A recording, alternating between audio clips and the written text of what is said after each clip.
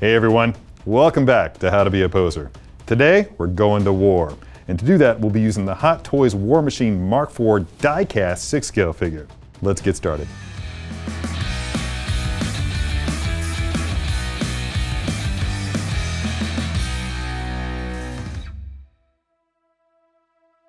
All right, here he is, finally, War Machine Mark IV. I've been waiting so long for this. Comes with a massive arsenal, as befits his name. A beautiful portrait of Don Cheadle. Look at this digital camo motif. I cannot wait to see what I can do with this thing. So let's get started. Wow, everybody, all right.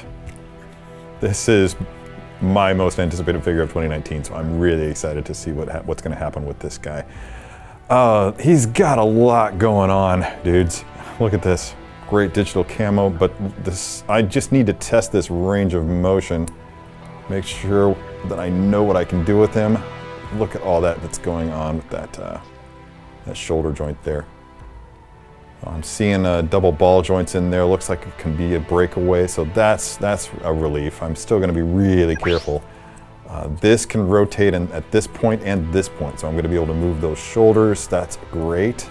The pauldrons, I should say. That'll come out just a little bit, so I can get him pointing those hand cannons, those arm cannons, kind of straight, not 100% straight, but we'll just see how far we can take that.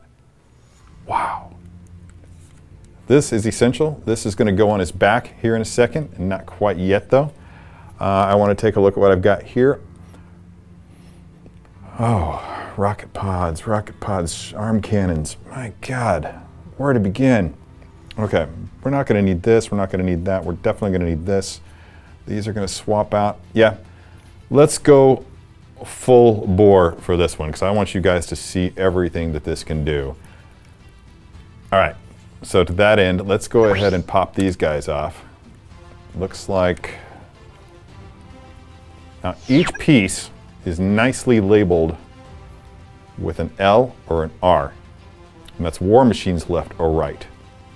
So that tells you what you need to know in order to be able to pop this off and pop this back on in its place. Let's make sure that's nice and secure. That's as secure as it gets. These you activate by just bending them up like that. So let's just leave them there for a second. I don't even know what these things are called. I just know that they're really cool. And they create a whole lot of carnage in the movie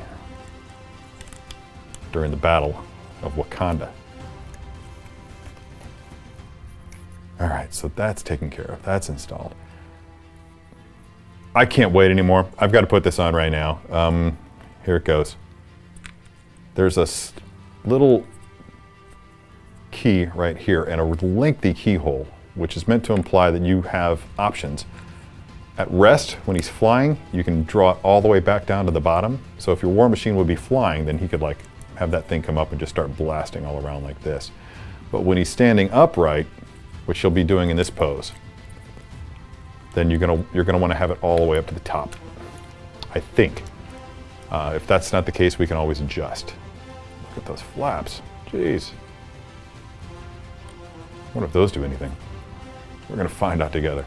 Okay, so I'm going to deploy these arm cannons as well. This is the one for the left side, this is the one for the right side. I'm going to just pop these guys off. So just two keys there that hold those things on there. All right, now let's drop this on there. Yeah, All Guns Blazing is a song by a metal band that I can't think of off the top of my head.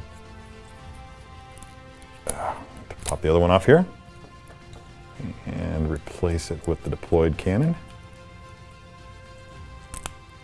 Man, that just popped satisfyingly into place. All right, so there are some smaller arm cannons that go in down here.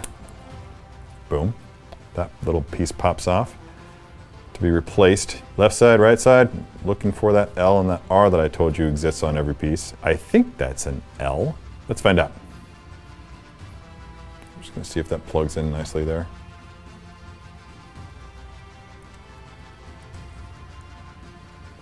Let's get this guy on over here See those keyholes? You can see the keyholes right here and the corresponding keys on the piece itself. Just align them and gently but firmly press it until it's all the way in there. And now he has got guns above, guns below, cocked, locked, ready to rock. So that's ready to go. One more thing that we need to implement here, and that is these guys. Might recognize those from the Iron Man days, but these are the little shoulder-mounted projectiles. Little key here at the bottom. Slide it in there nice and gently. Just wait until you feel that key go and slide into place, and then push in. There we go. And this is the way I'm looking at this. This is straight up like, if War Machine were gonna be a one-man military parade, that's what this pose would be. All right, so that's deployed. Let's bring this up. Let's bring that up. I hate to bring this up, but I'm going to.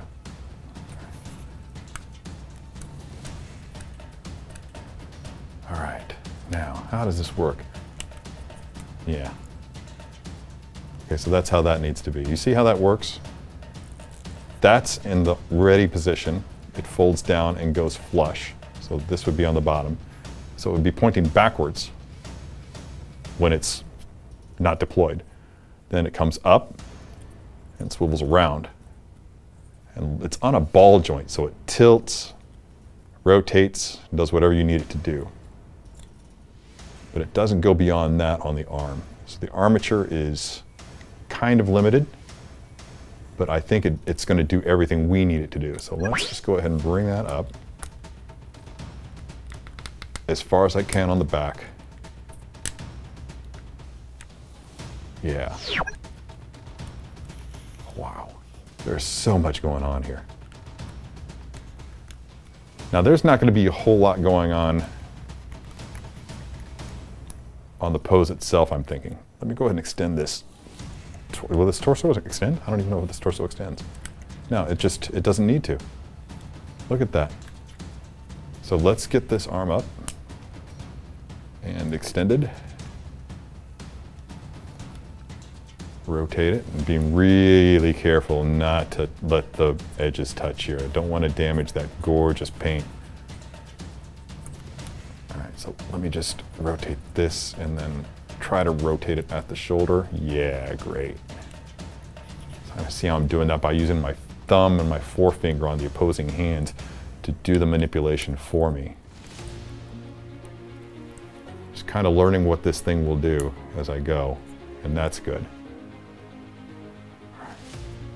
Because I kind of want this, I want this to stay dominant. I want it to be up towards the top in the display. Let's turn his head that way. Wow, there's so much going on here. And then this will come out. And I forced it out. This is a good way to showcase just how they designed this in such a way that it can be breakaway. So if you apply an inordinate amount of pressure on it, it's going to pop out. Having said that, let's not test it any more than we have to. So it's in, bring it up, straighten that out, rotate that arm. All right, so because I'm not going to be able to get both of these things aiming in the same direction without bending the arms like this, which I guess would actually be okay. No, it's just not attractive. I can get them both aiming in the same direction, but if for some reason it just looks awkward the way that his arm is.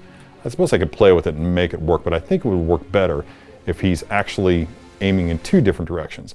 You can imagine War Machine doing that because he has that heads-up display, and his onboard computers are going to be able to handle multiple targets at the same time. All right, so once we have that, both those arms brought up and pointing in different directions, he's aiming down one arm, sure, that's fine. The other one's being taken care of on autopilot, so to speak. Now let's do something with his legs. I'm gonna just bring that leg down, move it forward. bring this leg back to see how far I can go. See, that's got a nice little bit of clearance there. I'm gonna just try to get him into a posture like he's advancing on an enemy. Now, one of the things that I want to avoid is, look, watch this. If I spread his legs too much, then you can see that gap between this part of his abdomen and the legs, and it just makes it, it calls your attention to the joints. So we want to minimize that as much as we can in the final pose. So I'm just going to toy with this, see what I did there, so to speak. Get that thing out of the way so we're not scratching it, lift that up. Oh, that's got a fair bit of play, that's good news. Yeah, this can do quite a bit, guys.